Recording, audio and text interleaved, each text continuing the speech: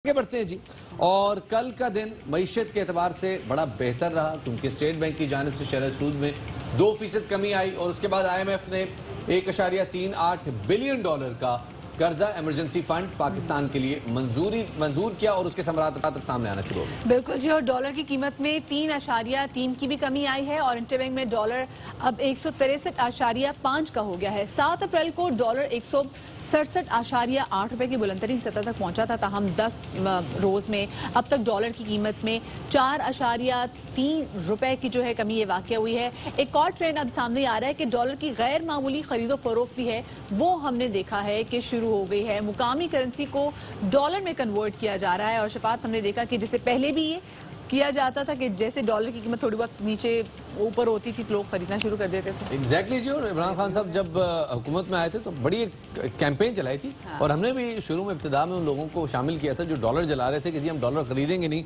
अब उसी किस्म की कुछ कैंपेन की लगता है दोबारा जरूरत पड़ रही है। मलिक बोस्तान साहब हमारे साथ मौजूद है, जनाब चेयरमैन एक्सचेंज कंपनी एसोसिएशन के सदर है, हमारे साथ मौजूद है। इस वक्त उनसे बातचीत करते हैं। सर पहले मुझे बताया कि सर कि डॉलर की इस वक्त जो कीमत है, एक स्पेकुलेशन ये है कि ये कीमत भी मार्केट के फ्री फ्लोट से ज्यादा है। ये आपको लगता है कि ये बात सही है?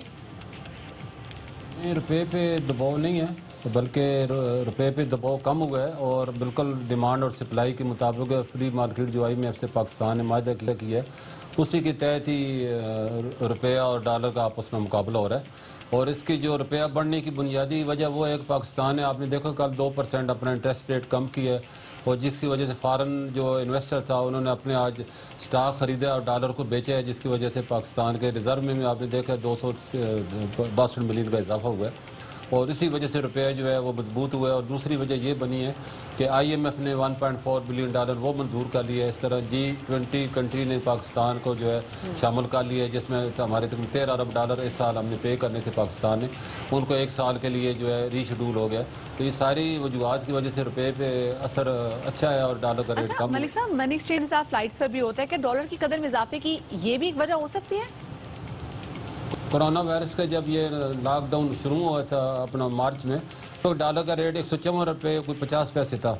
उसके बाद जो है खबरें आनी शुरू हुई, पाकिस्तान ने भी 6 मार्च के बाद डॉलर का लॉकडाउन शुरू कर दिया और डॉलर का रेट 154 से बढ़ के आपने देखा 169 तक गया है। और उसकी बढ़ने की वजह यह थी कि फॉरेन इन्वेस्टर के साथ जिन्होंने पाकिस्तान में ट्रेजरी बिल ख़रीद के 3.5 अरब डॉलर की इन्वेस्टमेंट की हुई थी, उन्होंने इस खौफ में कि कहीं पाकिस्तान की इस पोजीशन माली हालत ख़राब हो जाए और माशी हालत ख़राब हो जाए और वो डॉलर देने के काबुल ना रहे, उस पैनिक में आकर उन्होंने अपने जो प्री मैच्योर्ड ट्रेजरी बिल थे वो फरोख्त करके डॉलर ख़रीदा और उन्होंने तकरीबन अब तक तकरीबन 2.5 अरब डॉलर वो ख़रीद चुके हैं इंटरबैंक से, जिसकी वजह से डॉलर का रेट बढ़ा है। अब तो उनके सिर्फ 1 अरब डॉलर रह गया और कोई इतना बड़ा अमाउंट नहीं कि पाकिस्तान दे ना सके।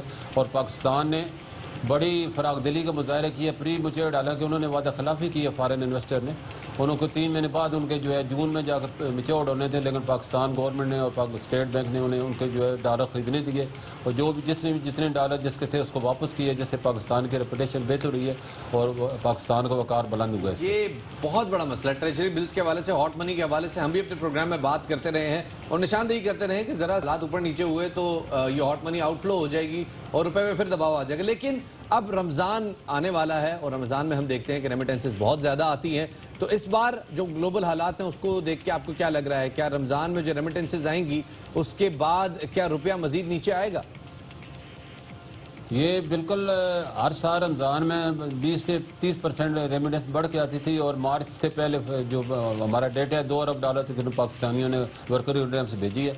लेकिन बैड लक कोरोना वायरस की वजह से अभी जो जैसे खबरों में आ रहा है कि 35,000 पाकिस्तानी दुबई में बेरोज़गार बैठे हुए हैं, वो फ़्लाइटों का इंतज़ार कर रहे हैं। इस तरह कई और कंट्री में भी जो है वो पाकिस्तानी अगर वहाँ का लॉकडाउन जारी रहता है और मैशत जो है वो रवा दवा नहीं होती तो ज़ाहिर है वो लोग बेरोज़गार होकर पाकिस्तान ही आएंगे। और पाकिस्तान में क्योंकि वहाँ का लिविंग स्टैंडर्ड बहुत एक्सपेंसिव, बहुत ज़्यादा महंगे हैं और वो लोग चाहेंगे कि वो मुल्क अपने में जाकर अपने प्यारों के साथ रहें और इससे जो है रेमिटेंस में थोड़ी सी कमी वाक़ हो सकती है अगर वहाँ ही रहते हैं और दोबारा कोरोना वायरस का जो ये पैने का ख़त्म हो जाता है और पूरी दुनिया की मैशतें रवा दवा हो जाती हैं, फिर उम्मीद है कि पाकिस्तानी रुपए वर्कर उधर ही रहेंगे और रेमिटेंस पहले की तरह 20 से 30% बढ़ते हैं। सही, बहुत शुक्रिया जी। मलिक बोस्तान हमारे साथ मौजूद थे।